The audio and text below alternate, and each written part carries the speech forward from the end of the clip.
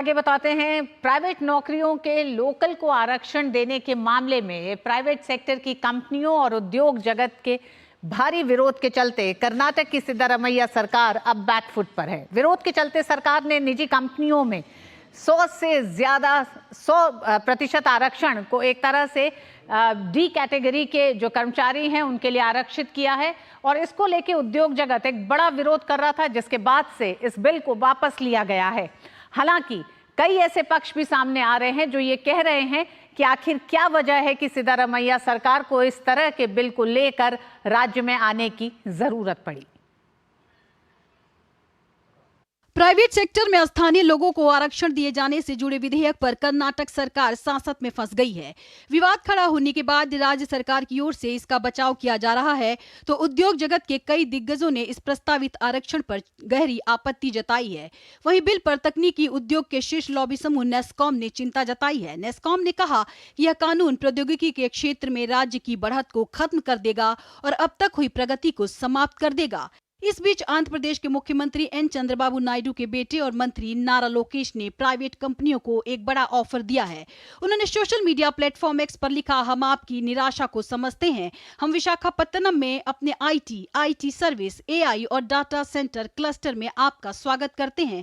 हम आपको सर्वश्रेष्ठ सुविधाएं और 24 घंटे बिजली इंफ्रास्ट्रक्चर और आपकी आईटी कंपनी के लिए बेहतरीन स्किल टैलेंट ऑफर कर रहे हैं, वो भी बिना किसी सरकारी प्रतिबंध के। आंध्र प्रदेश आपके स्वागत के लिए तैयार है, कृपया संपर्क करें। वहीं इस मुद्दे पर भारतीय जनता पार्टी भी हमलावर है। बीजेपी का कहना है कि प्रदेश में माहौल सत्ता के खिलाफ है। मुद्दों से ध्यान भटकाने के लिए इस तरह के स्टंट सिद्धारमैया सरकार कर रही है। केवल नाटकबाजी है, इश्यू डाइवर्ट करने के लिए।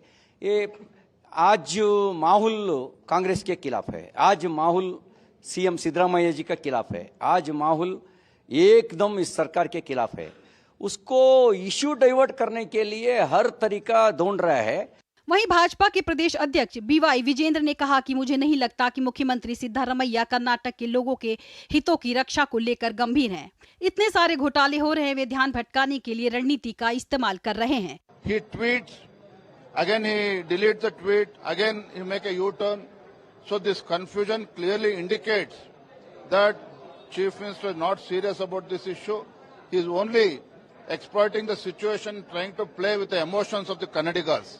But urge Honorable Chief Minister to take everybody into confidence and bring back the bill at the earliest.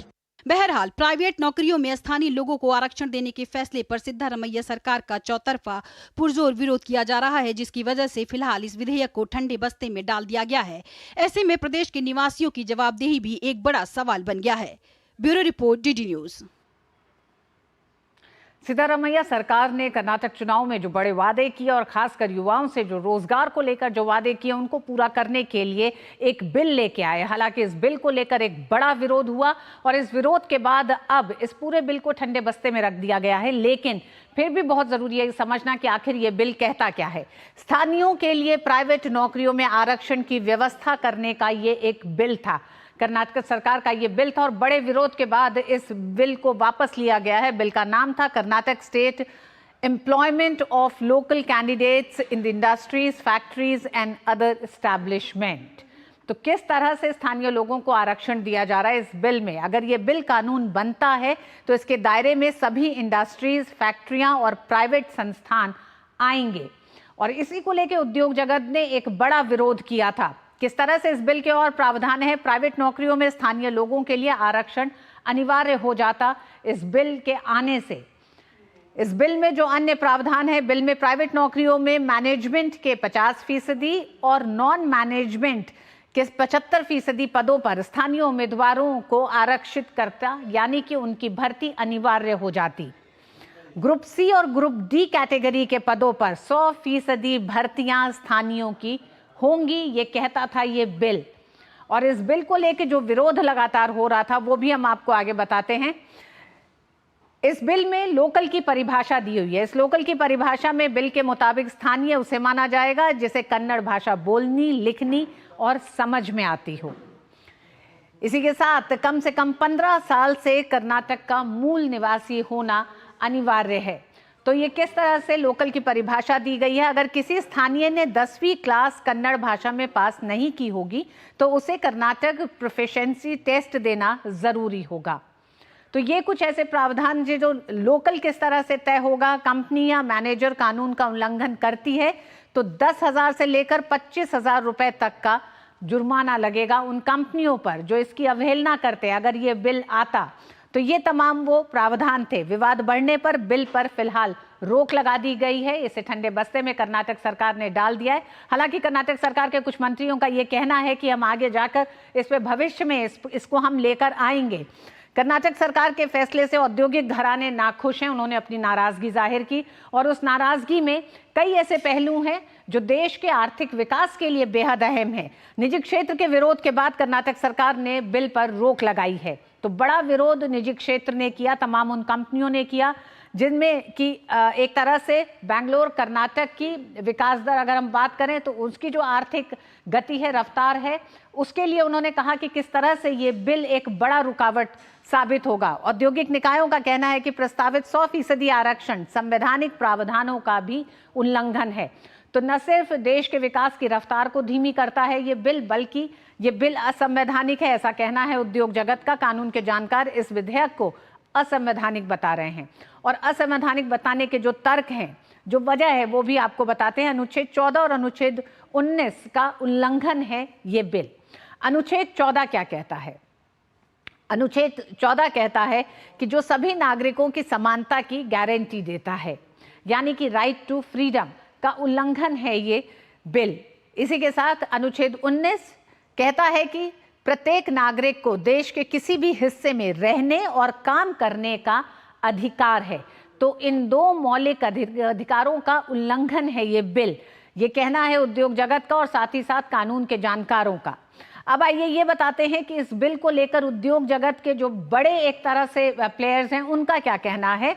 Brand expert हैं हरीश बिजूर, उनका कहना था जिस बैंगलोर ब्रांड को हम देखते आए हैं उसके लिए ये झटके की तरह है। कन्नड़ को बोलने और ज़्यादा लोगों की ओर से इस्तेमाल करने की ज़रूरत है।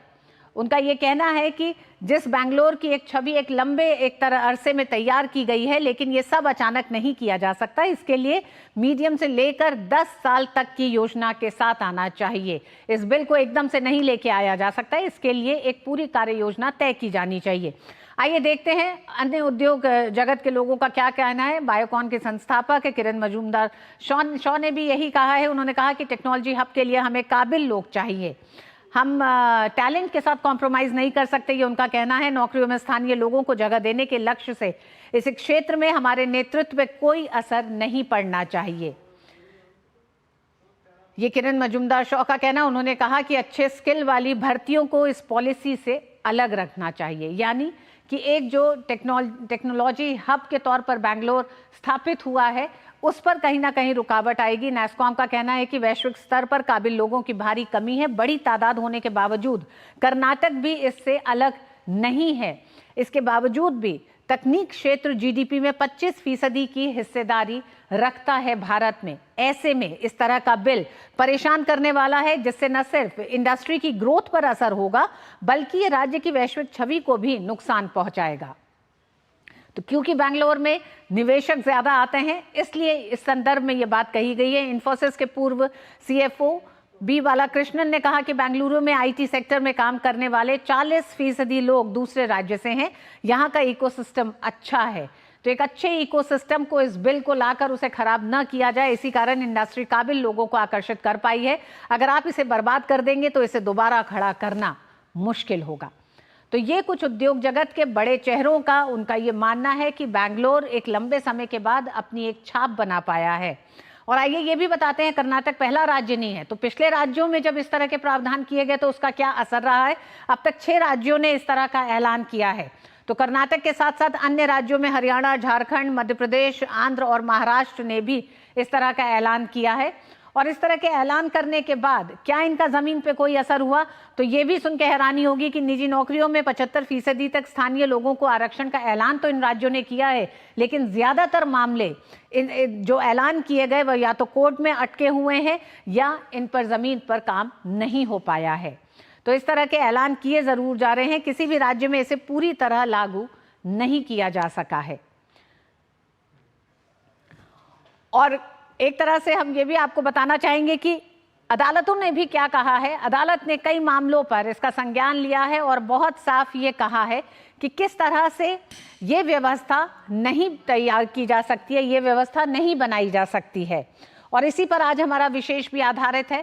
प्राइवेट सेक्टर में कोटा मामले पर कर्नाटक सरकार घिरी, इस मुद्दे पर बात करने के लिए हमारे साथ मौजूद हैं संवैधानिक विशेषज्ञ DK दुबे और वरिष्ठ आर्थिक पत्रकार शुभमोय भट्टाचार्य। आप दोनों का ही बहुत बहुत स्वागत है।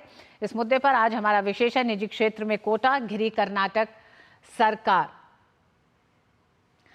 और आप दोनों का ही स्वागत है। शुभमोय, सबसे पहले आप ही से शुरू करते हैं, क्योंकि जब हम देख रहे हैं कि उद्योग जगत की बड़ी नाराजगी का एक बड़ा असर ये देखा गया कि कर्नाटक सरकार को इस बिल को वापस लेना पड़ा है, तो किस तरह से आप देखते हैं जो तमाम उद्योगपति अपनी अपनी बात कह रहे हैं, बड़े प्लेयर्स टेक्नोलॉजी के इस बात को रख रहे हैं, क्या बड़ा असर आप देखते हैं इस तरह के बिल से कर्नाटक जैसे एक टेक्नोलॉजी हब वाले राज्य में?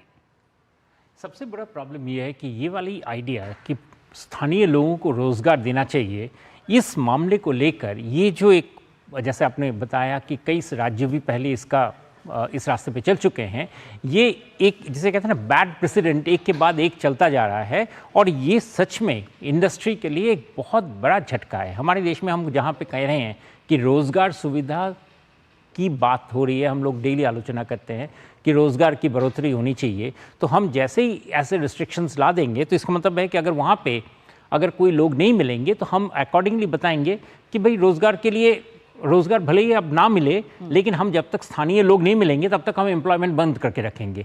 तो ये जिस देश में हम कह रहे हैं कि एम्प्लॉयमेंट की ज़रूरत है, एम्प्लॉयमेंट की बढ़ोतरी होनी चाहिए, इन्वेस्टमेंट की बढ़ोतरी होनी चाहिए, केंद्र सरकार जहाँ पे कैपेक्स बढ़ाने की बात कर रहे हैं, तो वो सारी जगह, वो सारे जो पॉसिबिलिटीज़ है उन सब के ऊपर एक रोक आ जाता है। ये सबसे बड़ा प्रॉब्लम है, और खासकर इंडस्ट्रियल एडवांस स्टेज जैसे कर्नाटक में।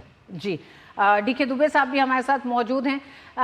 दुबे जी, किस तरह से इसे असंवैधानिक कहा जा रहा है और आर्टिकल 14, आर्टिकल 19 का उल्लंघन ये बताया जा रहा है?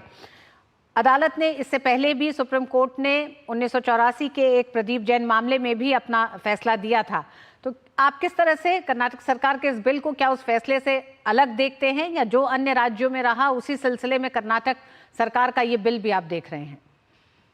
देखिए, जब भी कानून कोई बनता है तो उसके दो पहलू हैं। पहला तो एक संवैधानिक व्यवस्था है, दूसरा उसका इम्प्लीकेशन कैसा होता है। इम्प्लीकेशन के विषय में अभी हम लोगों ने बात की। संवैधानिक रूप से भारत में एक नागरिकता है। एक राज्य देश का ऐसा था जिसको आप जम्मू कश्मीर कहते हैं, उस राज्य में आर्टिकल 35 कैपिटल ए इसी तरह की व्यवस्था करता था कि राज्य के लोगों को अधिकार देता था, बाकी लोगों को अधिकार नहीं देता था, या राज्य सरकार घोषित करे कि वो किसको अधिकार देना चाहती, किसको नहीं देना चाहती।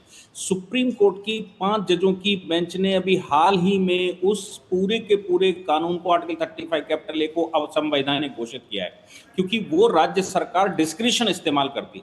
जिस समय आर्टिकल 19 में हमने ये कहा कि आपको कहीं भी आने का, जाने का, रहने का, सेटल होने का, ट्रेड करने का, प्रोफेशन करने का, और आपको कोई भी व्यापार करने का पूरे देश में ए से लेके जेड तक आपको अधिकार है। ऐसी परिस्थिति में मैं अगर एक व्यापारी हूं और कोई मेरे पास एम्प्लॉयमेंट लेने आता है, तो राज्य सरकार कैसे तय कर सकती है कि मैं किसको एम्प्लॉयमेंट दूंगा और किसको नहीं दे सकता, मैं किसको रखूं, किसको नहीं रखूं, क्योंकि ये जो राइट है ये कॉन्स्टिट्यूशन ने मुझे दिया है, और कॉन्स्टिट्यूशन ने उतना ही राइट इंडस्ट्रियों को भी दिया है, और उतना ही अधिकार राज्य सरकारों के खिलाफ भी दिया है। ऐसी परिस्थिति में जब ये कहा जाए कि नहीं, हम राज्य को एक विशेषाधिकार देंगे, तो मुझे लगता है कि ये वायलेशन प्रमा फसाए कॉन्स्टिट्यूशन का बनता है। आर्टिकल 14 की बात अभी आपने कही, आर्टिकल 14 में भी हमने यही कहा है कि पूरे के पूरे देश में सबके साथ इक्वलिटी होनी चाहिए। भारत में एक नागरिकता है, एक नागरिक को पूरे देश में एक सा अधिकार है, और एक से उसके ऊपर लायबिलिटी बनती है। इसलिए जब आप देश के नागरिकों को राज्यों के आधार पर विभाजित करते हैं, तो इसमें कहीं ना कहीं सेपरेटिज्म की बू आती है, और वही बू आती है जो आर्टिकल 35 कैपिटल ए कॉन्स्टिट्यूशन में एंट्री करवा के जम्मू कश्मीर को दिया जा रहा था। इसलिए बेसिकली ये गलत है, और लिटिगेशन इस पर बहुत सारी हो चुकी है। आपको याद होगा एक आंध्र प्रदेश का केस हुआ था, PV नरसिंह राव साहब वहां मुख्यमंत्री हुआ करते थे। और तेलंगाना के लिए उन्होंने कुछ विशेषाधिकार दिए थे। उस केस में ऑनरेबल सुप्रीम कोर्ट ने कहा था कि आप राज्य के अंदर भी कोई डिस्क्रिप्शन नहीं कर सकते किसी पर्टिकुलर क्षेत्र के आधार पर कि हम इस पर्टिकुलर क्षेत्र में कुछ रिजर्वेशन देना चाहते हैं, कुछ हम उनको राहत देना चाहते हैं। ये वैधानिकली बेसिकली ये अनकॉन्स्टिट्यूशनल है। ये बहुत पहले ऑनरेबल सुप्रीम कोर्ट कह चुका है और कई एक जजमेंट ऐसे हो चुके हैं जिनमें सुप्रीम कोर्ट ने इस प्रकार की रूलिंगें दी हैं। इसलिए बेसिकली कर्नाटका सरकार ने जो किया है वो मुझे लगता है केवल अपने लोगों को एड्रेस कर रहे होंगे, इससे ज्यादा कुछ नहीं। उनको सबको मालूम है कि ये अवैधानिक है, इसमें बहुत जान नहीं है। दुबे जी, आखिर क्या वजह है? क्योंकि हम देख रहे हैं कि 1984 में प्रदीप जैन मामले में भी सुप्रीम कोर्ट ने अपने फैसले में बहुत साफ कहा था कि मूल निवासी उम्मीदवारों को कुछ प्राथमिकता दी जा सकती है, लेकिन ये पूरी तरह नहीं हो सकता और इससे गैर निवासियों को बाहर नहीं रखा जा सकता। फिर क्या वजह है कि राज्य सरकारें इस तरह के बिल को या फिर इस तरह के प्रावधान को लेकर आती हैं जनता के बीच में? क्या ये शुद्ध मतलब चुनाव को देखते हुए या अपनी पॉलिटिक्स को साधने के लिए सिर्फ है, राजनीति को साधने के लिए? देखिए, ये तो सीधी सी बात है कि अवैधानिक है और राज्य सरकारों सबको मालूम है, राज्य सरकारों को मालूम है, उनके ऑफिसर जिन्होंने बनाया होगा उनको भी मालूम है कि अवैधानिक है और कोर्ट में ये टिकेगा नहीं। दूसरी बात, जहां तक आप कहते हैं प्रदीप जैन के केस में ऑनरेबल सुप्रीम कोर्ट ने साफ कहा था भारत में एक डोमिसाइल है और वो भारत की डोमिसाइल है, इसलिए राज्यों को डिस्क्रिशन करने का पूर्ण रूप से अधिकार नहीं है, और अधिकार है तो वो केवल क्लास 4 की सर्विसेज में है, जो क्लास 4 की सर्विसेज रहती हैं जनरली। किसी और मामले में, और क्लास 4 की भी वो सरकारी जॉब की बात करी गई है उसमें, बाकी किसी भी मामले में आपको राज्य के निवासियों के आधार पर, खास तौर से एम्प्लॉयमेंट के मामले में, आपको अधिकार नहीं है। अब बात आती है कि क्यों, तो सीधी सी बात है कि कोई ना कोई जो पॉलिटिशियंस हैं, पॉलिटिक्स अपने आप को एड्रेस करती है, उसको मालूम है कि ये टिकेगा नहीं, फिर भी एड्रेस करती है और बाद में ठीकरा फोड़ देगी कोर्ट के ऊपर और कहेगी कि साहब कोर्ट ने नहीं टिकने दिया, हम तो ऐसा चाहते थे कि हम राज्य में ऐसा करें। लेकिन सवाल ये पैदा होता है कि जहां कांग्रेस की सरकार है वो तो पैन इंडिया पार्टी है, वो कोई क्षेत्रीय पार्टी तो है नहीं, और वो पैन इंडिया पार्टी क्या शो करना चाहते हैं? क्या वो ये बताना चाहते हैं कि पूरे देश के निवासी कहीं के भी हों वो कर्नाटक में जाकर जॉब नहीं कर सकते? क्या वो बताना चाहते हैं कि देश का कोई भी व्यक्ति कर्नाटक में अगर जाकर अपना व्यवसाय करेगा तो वो अपने यहाँ से या अपने मनमाफिक वहां एम्प्लॉयमेंट जनरेट नहीं कर सकता या लोगों को नहीं कर सकता? क्या बाकी देश के लिए कांग्रेस की वहां की सरकार ये इंडिकेशन दे रही है कि आप ध्यान रखिए कि कर्नाटका में हमारी सरकार है, बाकी देश को हम वहां से बाहर करना चाहते हैं और नया जम्मू कश्मीर बनाना चाहते हैं? मुझे लगता है कि उनको इस पर जवाब देने चाहिए जिन सरकारों ने इस प्रकार के प्रावधानों को लेकर आए हैं। शुभमोई साहब, एक तरफ हम ये बात करते हैं कि विश्व की तमाम अर्थव्यवस्थाओं के साथ मिलके निवेश को बढ़ाकर, और एक तरह से ये सच्चाई है आज की तारीख में वैश्विक अर्थव्यवस्था की कि कोई एक अकेला नहीं चल सकता, सबको साथ लेके ही चलना है। ऐसे में जब विकास की रफ्तार भारत की बेहतर कर रही है और कर्नाटक जैसा राज्य जहां बेंगलुरु टेक्नोलॉजी हब के तौर पर एक लंबे सफर के बाद अपनी एक छवि उसने स्थापित की है, इस तरह का बिल कितना बड़ा नुकसान लेके आता है? अगर जो वो लोग कह रहे हैं कि टेक्नोलॉजी हब के लिए आपको टेक्निकली साउंड लोग चाहिए, तो इसमें आप इस तरह के ब्रैकेट के साथ नहीं चल सकते। बिल्कुल। और ऋतु जी, खासकर अगर मैं मानता हूँ कि ये बात कि शायद ये सिर्फ ऑप्टिकल हिसाब से किया गया था कि ये कोर्ट में नहीं टिकेगा, लेकिन हमारा मंशा था, लेकिन ये बहुत डेंजरस मंशा है। क्यों? क्योंकि हम जब मांग रहे हैं चाइना +1 स्ट्रैटेजी में कि हमारे देश में FDI ज़्यादा है, हमारे देश में इन्वेस्टमेंट्स लगे, तो उस वक्त अगर हम ये कह रहे हैं कि ये चीज़ें हम एक ऐसा एक्सक्लूशनरी सब्जेक्ट को लेकर सिस्टम लेके लाएंगे तो ज़रूर ही प्रॉब्लम हो जाएगा कि हम अगर कोशिश करेंगे बाहर से या देश के अंदर से भी इन्वेस्टमेंट्स लाने की, तो इन्वेस्टर्स एक दोलाचाल में आ जाएंगे कि भाई हम करें तो क्या करें, हम इसमें लगाएं कुछ में लगाएं, तो इन्वेस्टमेंट्स में भी डिले हो जाता है, तो एक कैस्केडिंग इफेक्ट बन जाता है।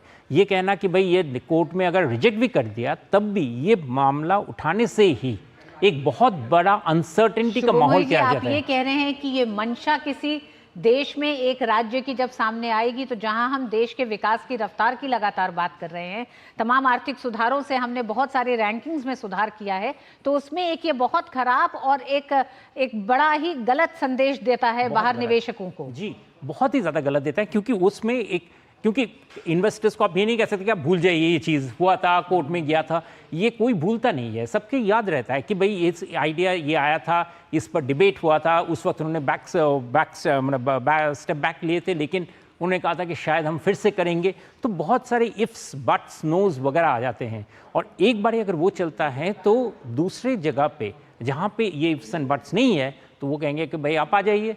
तो ये एक जिससे कहते हैं अपने वो पैरों पे कुल्हाड़ी मारने वाली बात है, कुल्हाड़ी पे पैर मारने वाली बात है कि हम क्या चीज़ करना चाहते हैं। ये वाला चीज़, ये जो मैसेज जो चला गया ना, ये बहुत बड़ा ख़राब चीज़ है, और मैं इसको मानता हूँ कि ये बहुत बड़ा नेगेटिव है। आप बहुत सारे पॉलिसी स्टेटमेंट्स होते हैं, लेकिन पॉलिसी स्टेटमेंट के साथ साथ इस तरह के पॉलिसी स्टेटमेंट जो रिजेक्ट होते हैं होने के बावजूद भी छाप छोड़ जाते हैं, वो लॉन्ग टर्म हमारे लिए खराब चीज़ बन के आज सामने रहता है। तो जिसका मतलब है शुभम मोई जी और डीके दुबे साहब, जिस तरह से आप बता रहे हैं कि ये गैर वैधानिक भी है, साथ ही साथ किस तरह से भारत की जो एक आर्थिक विकास की रफ्तार है उसमें एक बड़ा, एक तरह से रोड़ा कैसे ये बन सकता है ये पूरा बिल, और संकेत इसने एक बड़े खतरनाक दिए हैं कि एक देश का विकास की रफ्तार बेहतर होने के बाद अगर राज्य इस तरह के कोई बिल लेके आ सकता है तो निवेशकों के लिए सोचने का विषय बनता है। ये बहुत बहुत धन्यवाद आप दोनों का ही इस पूरे विषय पे चर्चा करने के लिए।